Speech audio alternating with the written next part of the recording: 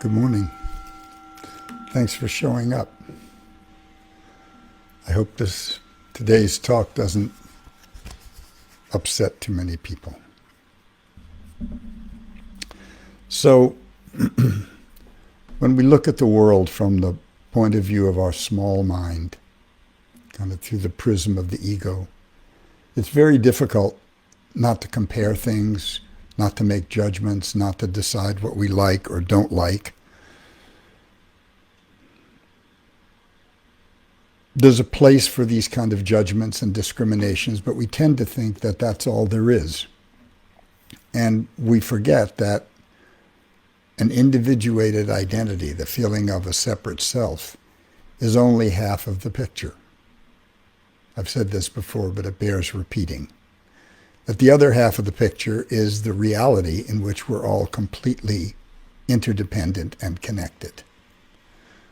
Connected by oxygen, by sunlight, by water, by the labors of one another, by microbes in the soil, growing the food we eat, by pollinating insects. I sometimes say we're all like ticks on the body of a dog. And that's the central reality. And the fact that we ignore it at our peril. And it leaves us always operating in a smaller area where great, vast amounts of information are left aside. So I'm sure everyone has seen the execution of George Floyd on television. May 25th, Minneapolis, Minnesota. And there's something so stark about this, so brutal, to see a white police officer, actually 3 white police officers, kneeling on this man. But the man whose knee was on his neck was taunting him and saying, "Bruh, do you want to get up and get in the car now?" It's hard to conceive of calling a man bruh that you're suffocating to death. And it made me wonder what sense of power this man had, what sense of impunity. He was doing this in broad daylight.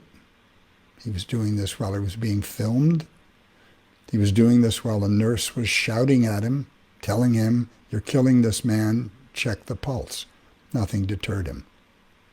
Or his 2 companions who were kneeling on his back, on George Floyd's back. So for a lot of young white people, this may be a first real taste of the lethal power that's afforded to police in this culture. Because we don't often see it. That's one of the privileges we get by being white. Despite the fact that the police are operating in our names and operating with tax dollars we pay them with. So for people my age, this isn't new. And I started thinking back and trying to recall all of the race riots and disturbances that I had witnessed. And I had to go online to do it. And there were many, many more than I could remember. But I'm just going to go through a quick list of just my lifetime. The first one I remember was Cicero, Illinois. I was 10. It was 1951. 4,000 white people attacked an apartment building which was renting to black people. In 1960, there were riots against the House Un-American Activities Committee. Joe McCarthy was questioning and searching for communists and seeing that they were fired from their jobs. Read as a threat against the safety and security of the United States. And I followed this because I had family members who had been affected by it, socialists and communists in my family. In 1962, on a small black and white TV, I watched riots at Ole Miss, University of Mississippi in Oxford, as white people rioted to protest the admission of James Meredith, the first black student. 1963, someone bombed Martin Luther King's brother and bombed a motel where civil rights workers were staying. I remembered that because I had friends who were in Mississippi. In November of that year, I was in college. That was when John F. Kennedy was murdered. In 1964, the year I graduated, there were 6 days of riots in Harlem when an off-duty policeman killed a black teenager, an unarmed black teenager. And that August, there were riots in Jersey City, New Jersey, after police arrested a woman for being drunk, and the rumor spread that she'd been beaten to death. 1965, I was in San Francisco then, when 600 civil rights marchers crossed the Edmund Pettus Bridge in Selma, Alabama. You've seen the footage. You've seen the savage beating of men and women kneeling to pray, beaten by police. John Lewis serves in Congress today, a living participant in that event.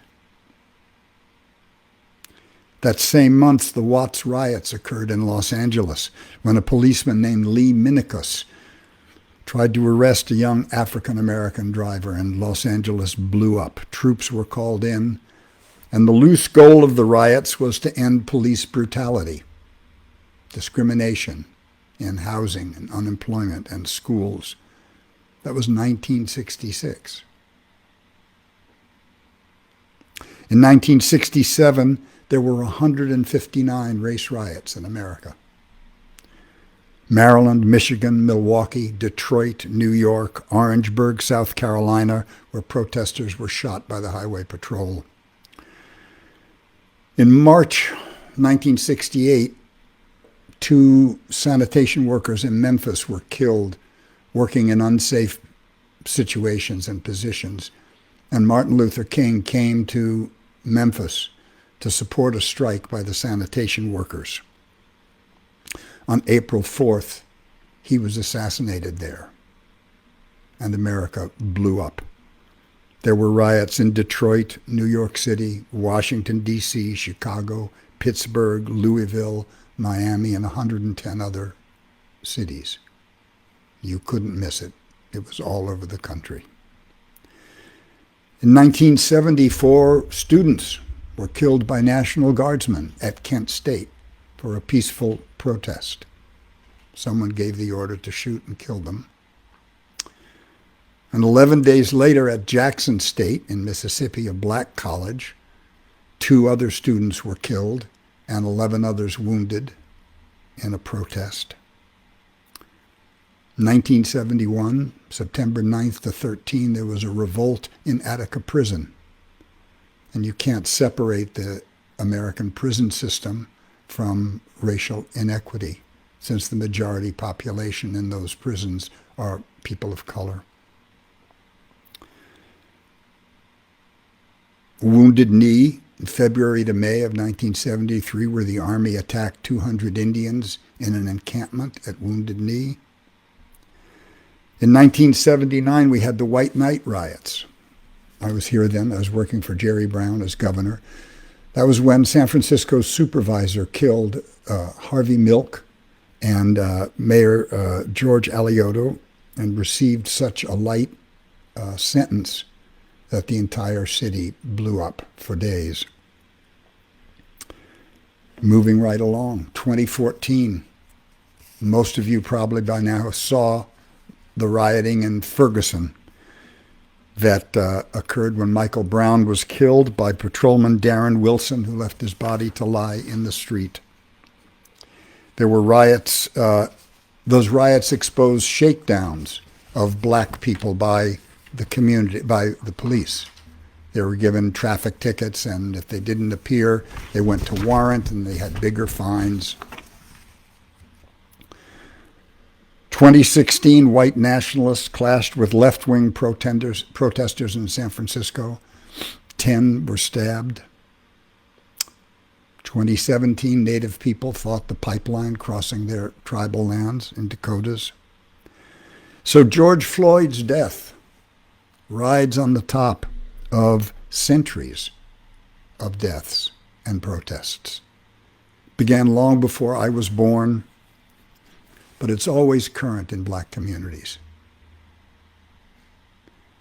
When I think of my relatives, distant relatives, but relatives who died in the Holocaust in Germany because they didn't leave in time. I wonder what they thought beginning in the late 20s, when laws began to be passed and reports of Jews being beaten in the street occurred, and then violence against Jews began to occur. And then finally it was the Holocaust itself. Elie Wiesel, an author, German author, concentration camp survivor, said, "Once Hitler was in power, I don't blame the German people. They were suffering under a police state. I blame them for electing him. He said what he was going to do." Something we might think about. So there was a paper circulating after George Floyd was murdered on the internet. And it's deceptively simple. It says, it begins with a sentence: "I have privilege as a white person because I can do all these things without thinking twice about it." And then there's a quick list. I can go jogging. I can relax in the comfort of my own home. I can ask for help after being in a car crash. I can leave a party to get to safety. And after each of those sentences, there's a name of a person. And I thought, most of my friends, most of my African American friends know these names. They know them at the tip of their tongue. Some of you'll know. But I decided I was going to research every one of them, find out what the story was briefly, and say their names. And this is leading somewhere, but I'm going to go through these names. Ahmaud Arbery. He died February 23rd this year. He was a young football star jogging in Georgia when he passed two white people that thought he resembled a burglary suspect. They hunted him down, armed. An altercation occurred and he was killed. Botham Shawn was relaxing at home when Amber Geiger, a patrol woman, walked in and killed him. It was reputed that they were lovers. She said she thought it was her apartment. She was sentenced to 10 years. Tatiana Jefferson was home playing video games with her grandson when a friendly neighbor called the police to say that her door was open and somebody should check. There was nothing of an emergency about the call. Armed policemen showed up and began surrounding the house. She heard the noise and went to the window to look and was shot and killed through the window. The white officer, Aaron Dean, who killed her, said he felt threatened. He's not yet been sentenced. Jonathan Farrell, a young football player for Florida A&M, was in a car crash. He knocked on the door of a nearby house to ask for help, and the owner called the police, and the responding officer, named Randall Carrick, shot him 12 times. He was tried. The trial was declared a mistrial. The state refused to reopen the case. Renisha McBride had been drinking, and she crashed her car late at night, wandered to a home, and knocked on the door. The owner opened the door with a shotgun, claimed he thought he was being broken in on, and shot her through the screen door. Stephen Clark entered his grandmother's house through the back on April 8, 2018, climbed a fence to come in the back door as he often did. He was mistaken as a burglar by two patrolmen investigating something else. They saw the flash of his cell phone in his hand and shot him 8 times. 6 of those shots were in the back. No charges were levied against the patrolman. Jordan Edwards was described as an exceptional student. A high school freshman, he was leaving a party that same year, 2018. A patrolman who'd been reprimanded shortly before for firing into a car full of teenagers saw their car pulling away, ran alongside it, broke the windows in, fired into the car, killing him. The policeman was charged with murder. He received a 10-year sentence. Alton Sterling was selling CDs outside a convenience store. July 2016. Cops responded to a report that a man in a red shirt was causing trouble, wrestled him to the ground and shot him while he was on the ground. The store owner denied that he'd been making any trouble. This is something you can see on tape. Philando Castile in St. Anthony, Minnesota. 32-year-old black man riding with his girlfriend, Diamond Reynolds, and her 4-year-old daughter in the back seat, were stopped by a Hispanic patrolman named Geronimo Yanza. The girlfriend live streamed this event. Philando tells the officer, "I have a weapon in the car. I'm licensed." The cop shouts, "Don't touch it." He says, "I'm not." The cop shouts, "Don't pull it out." He says, "I'm not." His girlfriend says, "He's not." And the cop shoots him 5 times through the window. The two families, the Castile and Reynolds family, won a $3.8 million settlement for wrongful death. And the nations of Bahamas, Bahrain, and the Saudi Arab Emirates urged their students to have extreme caution when visiting the United States. Ayanna Jones was 7 years old, sleeping on her grandmother's couch, when 6 officers outside her door, accompanied by an A&E TV crew, filming a series called In the First 48, threw a flashbang grenade into the house, which landed so close to her it burned her blanket. They stormed in. 1 shot was fired by Officer Joseph Weekly, hitting and killing the 7-year-old girl. And when the dust settled, they found out they were in the wrong apartment. Tamir Rice, you might remember this, was 12 years old, sitting in the park in Cleveland with a toy gun. An officer named Timothy Lohman races up in the car and within 2 seconds shoots and kills him, even though the call to the switchboard had alerted officers that he was a kid and the gun was probably a toy. Emmanuel African Methodist Church, July 17, 2015, Dylan Roof attends a prayer service and Bible reading with 9 people, and then he shoots them all. He's a white supremacist whose hate-filled diary was put in the public record, and he continued to write hateful notes from jail. I know you'll remember Trayvon Martin because President Obama mentioned him. He was 17. He was in Miami Gardens, Florida, on February 26, 2012, killed by George Zimmerman, who was driving through the neighborhood and thought he looked suspicious, and he called Neighborhood Watch. The supervisor there told him not to leave his car, but he did. He followed Trayvon. We hear some altercation on a telephone, and the 17-year-old was killed. There was no video of the event. Sean Bell, high school star pitcher, 11-0 record, 97 strikeouts in 62 innings, killed the morning before his wedding, leaving a bachelor party when 5 undercover cops who were investigating the bar owner for prostitution shot 50 rounds into their car. 50 rounds, killing Bell and wounding 2 of his friends severely.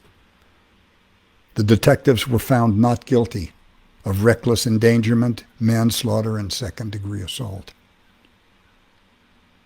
Oscar Grant was murdered in Oakland by BART officer Johannes Mazurk, but his accomplice, BART officer Anthony Parone, in the Fruitvale station in Oakland, New Year's Day 2009, was accused of provoking the incident, using the N-word number of times, beating Grant in the face. Mazurk's excuse was he said he meant to draw his taser, but he drew his gun by mistake. Perone refused to cooperate with the investigation and was fired.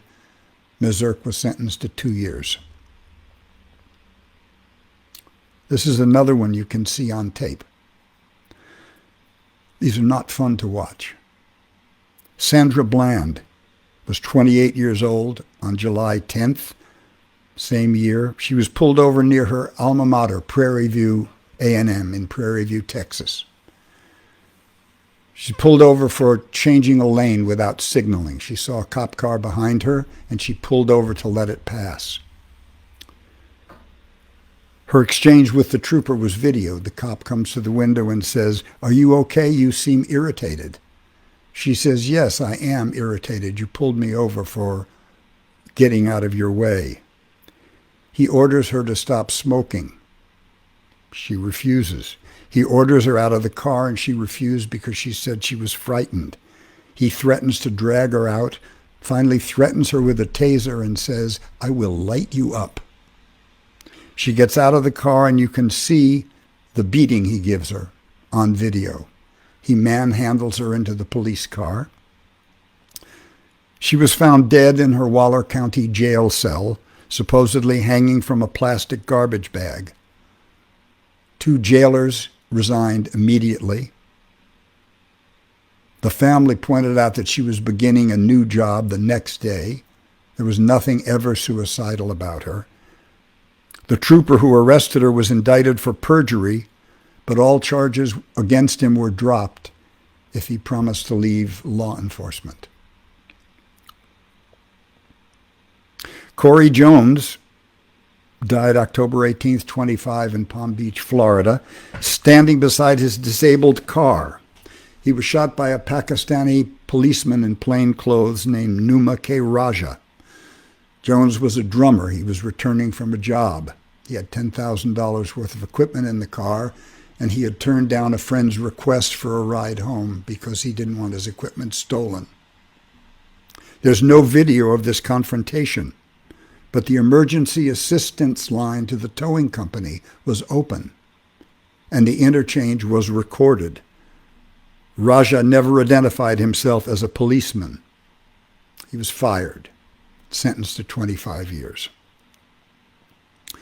John Crawford III, 22 years old, shopping in a Walmart, picked up a BB gun for sale, walked around the store continuing his shopping. He was on the phone. A patron named Ronald Ritchie called 911 and said that he was pointing it at people. Ritchie later recanted, and the surveillance tape of the Walmart proved that that never happened. 2 cops arrive after a dispatcher told him there's a subject with a gun in the pet department. Crawford was talking on the phone when he was shot and killed August 5th, 2014.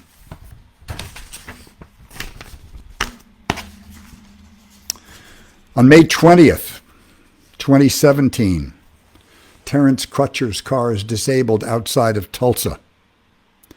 On the police video, he's walking away from the policeman with his hands in the air when he's shot in the back by Officer Betty Shelby, who was actually en route to another call. The Tulsa police chief called the video disturbing and hard to watch. Officer Shelby was accused of unnecessarily shooting Crutcher, but a jury found her not guilty. Clifford Brown, 10 years old, is killed by Thomas Shea, an undercover policeman, April 28, 1973. Shot in the back while running from a white man with a gun. Shea's partner was recorded on a radio transmission saying, "Die, you little expletive." September 15th, 1974, Claude Reese is fixing a basement room for a party with 6 other boys and girls. A woman calls the police fearing burglars.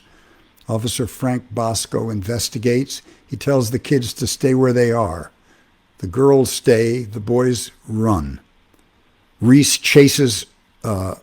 Bosco chases Reese upstairs to an outdoor courtyard and kills him. He claims he thought he had a gun. He was holding a handsaw. He was cleared by a jury. Randy Evans, a ninth grader at Franklin Lane High School, encountered a policeman leaving a scene of a domestic argument. He was with several friends. One of the friends asked Officer Robert H. Torney, "Randy wants to know if you were in apartment 70. Torney responds, "Damn right," and shoots Randy in the head. He was immediately arrested. His fellow officers said he was not lucid. He was found not guilty by reason of insanity and committed to a psychiatric hospital. Dietitian Yvonne Smallwood died December 16th in 87. She'd been arrested December 3rd for protesting a warrant on her boyfriend, who was a cab driver, named Austin Harper. This began a 10-day journey through the criminal justice system for her, at which, according to her friend, she was savagely beaten. She died in jail of a blood clot, and it was noticed in the autopsy that there were bruises all over her body. February 1994, Amadou Diallo, a Guyanan immigrant in New York City, sitting on the stoop, was shot 41 times by 4 plainclothes cops who mistook his wallet for a pistol and mistook him for a rape suspect. They were acquitted of all charges. April 4th, 2015, Walter Scott died on video, shot in the back while fleeing an officer after a traffic stop in Charleston, South Carolina. I'm sure you all saw this. This is one of the first notorious videos. 37% of the population of Charleston is white. 80% of the police force is white. July 17th, 2017, Eric Gardner is strangled. The police call it strangling when they put you in a neck hold that closes off the blood to your arteries. It's only choking if they compress your windpipe. That shouldn't be ringing.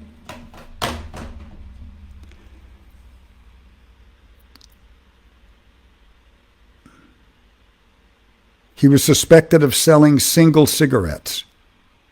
His death was videoed. Oops.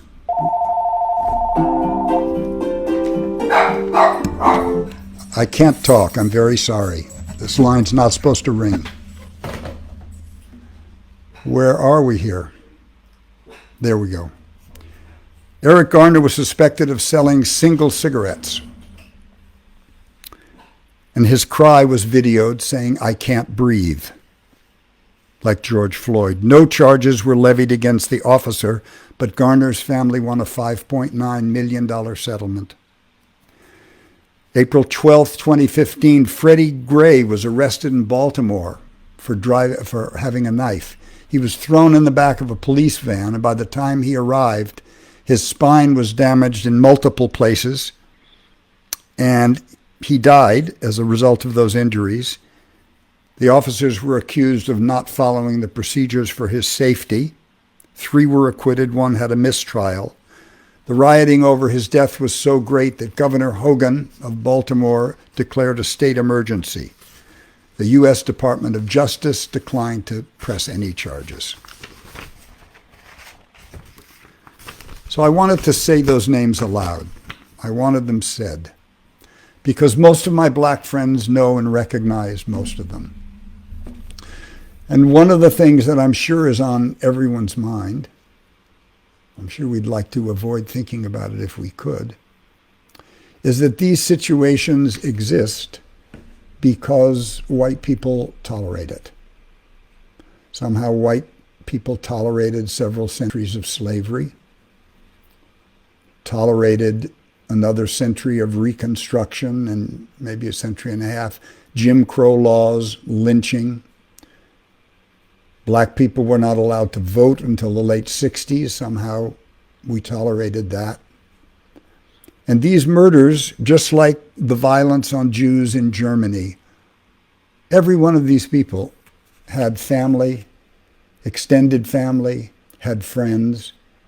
And these stories are told and passed through the community and passed through the community and passed through the community. And they're not often shared with white people because they make us uncomfortable. And what makes us uncomfortable, or what makes me uncomfortable, is that I am the unintentional beneficiary of the color of my skin. I don't worry when I go into a store if I'm in the wrong place. I don't worry if my car breaks down by the side of the road. I don't worry if I go to the window to investigate a noise outside. I don't worry if I go to knock on someone's door for help. So right now, it's very heartening to see so many white people showing up in the street. But I hear a lot of clucking about the violence of the protests. And of course, we're all sophisticated enough to know that any large gathering is taken advantage of by provocateurs. The police have historically used provocateurs to create violent incidents and discredit the cause that's being protested. Left and right people put their own people in there. The anarchists who don't believe in government. The right-wing people who, because there are so many white people in the crowd, they can blend in. So the question is, what can we do? Well, one of the things that we can do, which I saw a line of white women do, was put their bodies between the police and the protesters. We cannot walk away when we see police interrogating a black man or woman, or even a traffic stop. We can just be there at a distance as witnesses to assure them that somebody is watching, to assure the person in the car or the person that's being interrogated that someone is watching. And it doesn't matter how you feel about that person. It seems to me that white people should not have to be pleased to guarantee the civil rights of other American citizens. And it seems to me that a good part of the anger that we see being generated on the streets comes from the fact that black people know that this situation is within the power of the white majority to control. And by not controlling it, we continue to be beneficiaries of the privileges, and we can cluck, cluck, cluck and say, how horrible. But we're not allies. We're not using our power, we're not using our privilege to help fellow citizens. In the 1960s, I was in a family of people called the Diggers. And we used to hold big celebrations on the winter and summer solstices and on the vernal and autumn equinox. Those are planetary events. They have nothing to do with people. They're huge. The solar system is doing it. But because of that, because that was the frame of reference, it rendered everyone equal. There was no violence. Hell's Angels were there. Black Panthers were there. I'll never forget Roy Ballard and the Black Man's Free Store basting a white dummy over a barbecue pit while Hell's Angels were watching. There was no violence because everybody was equal under this larger frame of reference. Well, what is the frame of reference that makes us all equal? America doesn't seem to be enough. Citizenship doesn't seem to be enough. So I'd like to tie this back to my opening remark of the central delusion of humans being the idea of our separateness. When we talk about the environment, we're talking about something out there. We're not talking about ourselves. We're talking about preserving the earth so that I get good oxygen, so that I get clean air, so that my grandchildren get it. But we never see people directly addressing the earth as a living being. I have a little practice when I leave my zendo in the morning and the sun is coming up. As soon as I see it, I bow to it 3 times. I bow to sun-faced Buddha. So nothing would be here without the sun. So you can call it primitive, or you can just call it acknowledgement. An acknowledgement that all life is framed on the theater of the earth, and that the earth itself is living, and that the things that live on it are aware, and they share awareness. Anyone who's ever had a pet knows that you can communicate with animals and other species. So I'm looking for the frame of reference in which being black or white doesn't matter. Not that we don't see the difference. And by the way, I don't know anyone who's black. I don't know anyone who's white. The color of my skin is not white. The color of my friends who are African Americans range from coffee-colored to coffee with cream-colored to as pale as I am. Black and white are political statements. They're statements of political power, and they're posed to be at odds. So what I'm looking to find in my own life are ways of being where the earth is my frame of reference, and all humans on that earth are part of me. It's just fact. If you look at a choppy ocean and you look at all the millions of little individuated waves, when we call them waves, they all look separate. But they're all part of the ocean, never not part of the ocean. That's true for us too. So I think it's time that we white people have to become conscious of the price that others are paying for our privilege. It's uncomfortable to be white. Believe me, it's more uncomfortable to be black and Latino. No one's putting white children in cages. Black mothers have almost 3 times the incidence of deaths at childbirth. 2 point something more infant mortality, shorter lifespans, higher stress. While we eat organic food, look for pure bottled water, study yoga, meditate. Somehow we have to share that advantage. We have to figure out ways to do it. I can't tell you. But I did this research out of respect because it explains to me where the rage is coming from. Centuries and centuries of unrecognized rage tolerated by white people.